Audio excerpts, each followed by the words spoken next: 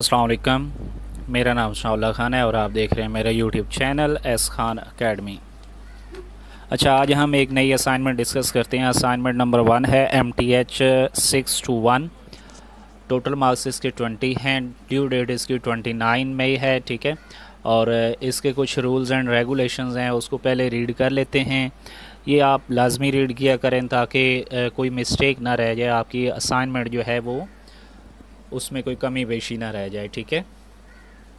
और इसके अलावा मैं ये कहूँगा कि अगर आपको ये जो मैंने असाइनमेंट बनाई है इसकी PDF फाइल चाहिए तो उसका मैं बता दूँगा आपको कैसे आप मुझसे ले सकते हैं, ठीक है।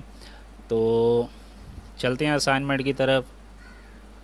To solve the assignment you should have good command over 1 to 10 lecture, यानी कि ये जो आपकी असाइनमेंट है ये 1 to 10 लेक्चर में से है। Try to get the concept, consolidate your concept and ideas from these questions which you learn in the 1 to 10 lectures, यानी कि 1 to 10 lectures के अंदर जो कुछ आपने पढ़ा है वही आपने कंसेप्ट यहाँ पे यूज़ करने हैं, ठीक है। Upload assignment properly through LMS से आपने असाइनमेंट सबमिट करनी है। No assignment will be accepted through email से आपकी असाइनमेंट जो है वो एक्सेप्ट नहीं होगी, ठीक है। Right your ID on the top of your solution file, जैसे यहाँ पे मैंने लिखी है, यहाँ पे आपने अपनी ID लिखनी है। Use math type of equation editor etcetera for mathematical symbols, यानी कि मैथमेटिकल सिंबल्स के लिए आपने मैथ टाइप यूज़ करना है या फिर आपने इक्वेशन एडिटर यूज़ करना है, ठीक है। You should remember that if we found that the solution file, इस लाइन में ये लिखा हुआ है कि अगर आपकी या आपके किसी दोस्त की असाइनमेंट सेम हुई तो आपको 0 मार्क्स दिए जाएंगे, ठीक है। तो इसलिए अपनी असाइनमेंट जो है वो खुद बनाएं और पास ही रखें, सेव रखें, ठीक है। उसके बाद यहाँ पे कह रहे हैं कि आपने जो असाइनमेंट बनानी है वो वर्ड फाइल में बनानी है, जैसे कि यहाँ पे मैंने बनाई है, ठीक है। इसके अलावा किसी भी फॉर्मेट में आपकी असाइनमेंट काबिल कबूल नहीं होगी, एक्सेप्ट नहीं होगी। क्वेश्चन नंबर 1 है, for what integers n is 1 by n factorial greater then 8n divided by 2n factorial, prove your answer by induction. Induction से हमने इसको प्रूफ करना है कि ये n की कौन सी वैल्यूज़ के लिए ट्रू साबित है, ठीक है।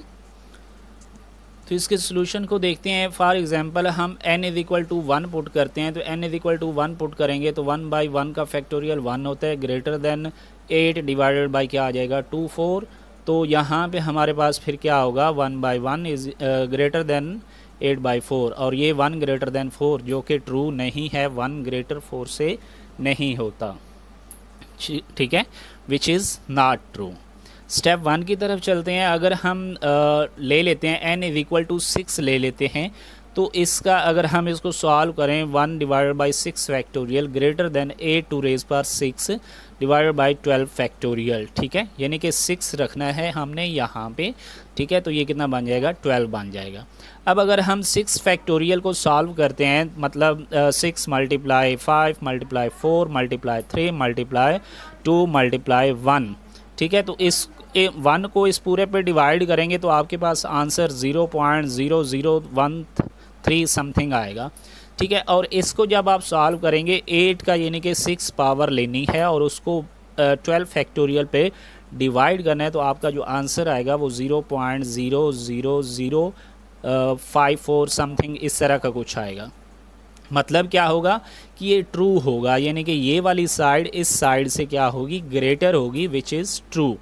अब दूसरा स्टेप हमारा क्या होता है कि हम हमारे पास जो स्टेटमेंट होती है हम उसको ट्रू कंसिडर कर लेते हैं। पहले तो हमने किसी कांस्टेंट के लिए हमने उसको प्रूफ करना होता है ना, वो मतलब ट्रू है, तो हमने n इज़ इक्वल टू 6 के लिए उसको ट्रू साबित कर दिया।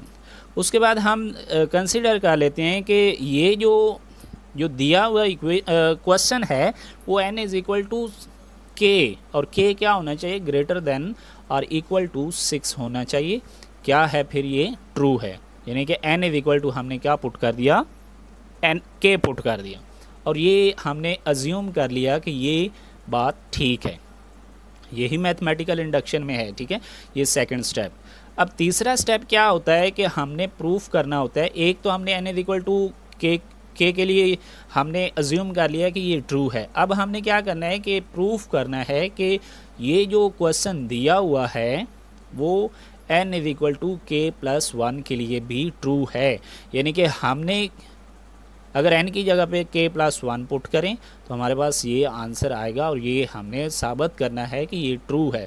तो हम क्या करेंगे, जो हमारे पास इनइक्वलिटी है 1, इनइक्वलिटी 1 कौन सी है, ये वाली, इसको अगर हम मल्टीप्लाई कर देते हैं 1/k+1 के साथ तो हमारे पास क्या आ जाएगा, 1/k फैक्टोरियल मल्टीप्लाई 1 यानी कि दोनों साइडों पे 1/k+1 के साथ मल्टीप्लाई कर दिया। ठीक है, तो ये आ जाएगा 1/k+1 k factorial 8 to raise बार k+1 2k फैक्टोरियल। अब इसको अगर हम समराइज़ करें तो ये हमारे पास क्या बनेगा, चलें इसको पहले हम मल्टीप्लाई एंड डिवाइड कर लेते हैं। ऊपर भी यानी कि जो राइट साइड है आपके पास उसको मल्टीप्लाई भी 8 से कर दिया और डिवाइड भी, तो इसको इससे मल्टीप्लाई डिवाइड करने से कोई फ़र्क नहीं पड़ता।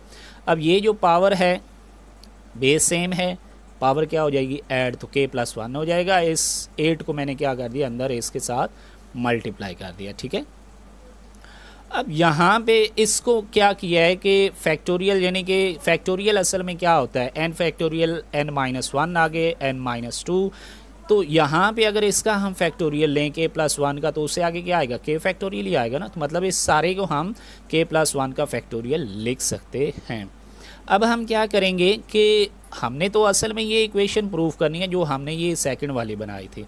तो अब हम क्या करेंगे कि इस 8k+8 को हम किसी ऐसी वैल्यू से रिप्लेस करेंगे जो इससे ग्रेटर हो। ठीक है, तो हम यहाँ पे लिखेंगे, चूँकि हमने वो इक्वेशन बनानी है तो हम यहाँ पे लिखेंगे 2k+2 into 2k+1 greater than 8k+8 for all k belong to n, यानी कि k जितने भी हम नेचुरल नंबर से लेते जाएंगे ये क्या होगा, ग्रेटर होगा। ठीक है, अब यहाँ पे मज़ीद अगर हम देखें तो इसको हमने क्या कर दिया, रिप्लेस कर दिया इसके साथ।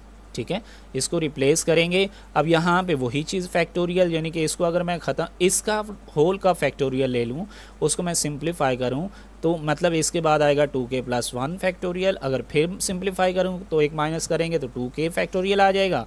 अब इस सारे को मैंने क्या लिख लिया, 2k+2 का होल का फैक्टोरियल, और यही हमने क्या करना था, इक्वल प्रूफ करना था इसके।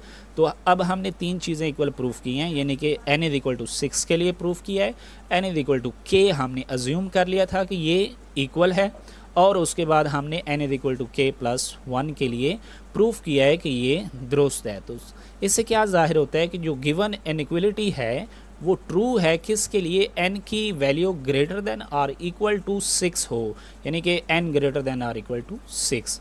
तो ये फर्स्ट क्वेश्चन था आपका। क्वेश्चन नंबर 2 की तरफ चलते हैं।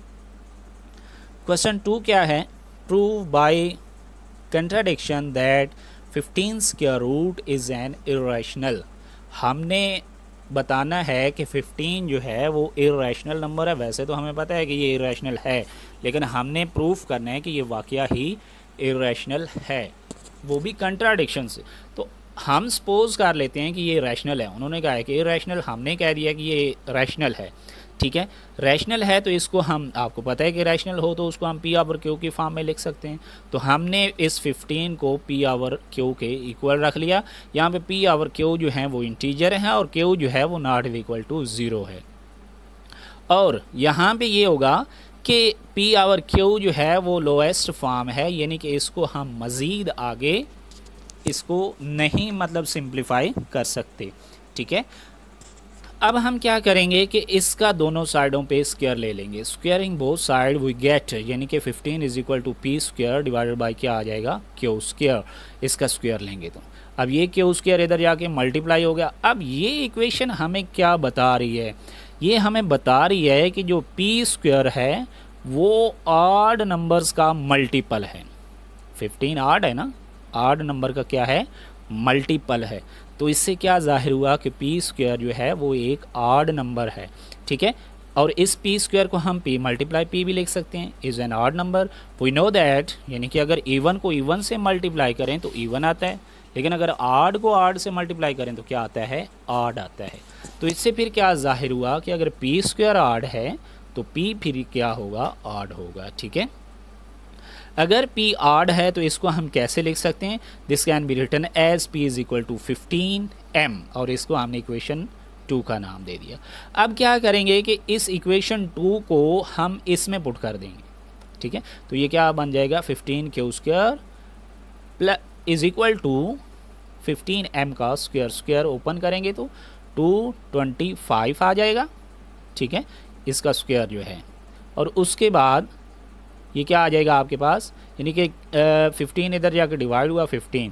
अब यहाँ से इसका क्या पता चल रहा है, इसका ये मतलब है कि जो क्यू स्क्वायर है वो भी क्या है, ऑड नंबर। ऑड नंबर कैसे, ये मल्टीपल किसका बन रहा है, 15 का। तो 15 क्या है, ऑड नंबर, तो हम कहेंगे क्यू स्क्वायर भी क्या है, ऑड है। क्यू स्क्वायर ऑड है तो मतलब क्या है, क्यू भी क्या है, ऑड है। अगर ऑड है तो इसको हम कैसे लिख सकते हैं, मतलब q is equal to 15 n। ठीक है, हमने ये n अपने पास से लिखा है, जैसे यहाँ पे m अपने पास से लिखा था। अब हम क्या करेंगे कि फ्रॉम इक्वेशन 2 एंड 4, जो हमने ये 2 एंड 4 निकाली है, इसको p को कर देंगे q पे डिवाइड और 15m को कर देंगे n पे। अब यहाँ पे देखें कि हमने कहा था कि p आवर q जो है वो लोएस्ट फॉर्म है, इसको हम मज़ीद आगे सिंप्लीफाई नहीं कर सकते। लेकिन यहाँ पे तो ये 15 डिवाइड बाई 15 कैंसिल हो रहा है, मतलब इसको हम मज़ीद सिंप्लीफाई कर सकते हैं। लेकिन ऊपर हमने कहा था कि ये लोएस्ट फॉर्म है, यहाँ पे ये कहा है हमने। ठीक है, ये क्या है, लोएस्ट फॉर्म है, इसको मज़ीद सिंप्लीफाई नहीं कर सकते। लेकिन यहाँ पे हम इसको सिंप्लीफाई कर सकते हैं, जो कि कंट्राडिक्शन है, मतलब गलत है। हमने गलत लिया था कि ये रैशनल नंबर है। ठीक है, which is not the lowest form, this is contradiction to our supposition that p our q is the lowest form, therefore 15 square root is an irrational number। तो ये थी आपकी असाइनमेंट। अच्छा, इसका PDF फाइल अगर आपने लेना है या वर्ड फाइल लेनी है तो आप क्या करेंगे कि डिस्क्रिप्शन में जाएंगे, वहाँ से कुछ इंस्ट्रक्शन है। ठीक है, उसको फॉलो करेंगे तो आपको इंशाल्लाह PDF फाइल आपको मिल जाएगी या वर्ड फाइल आपको मिल जाएगी। ठीक है, आई होप आपको इसकी समझ आई होगी। अगर नहीं आई तो आप मुझसे अगेन डिस्कस कर सकते हैं। Thank you so much for watching. अल्लाह हाफिज़।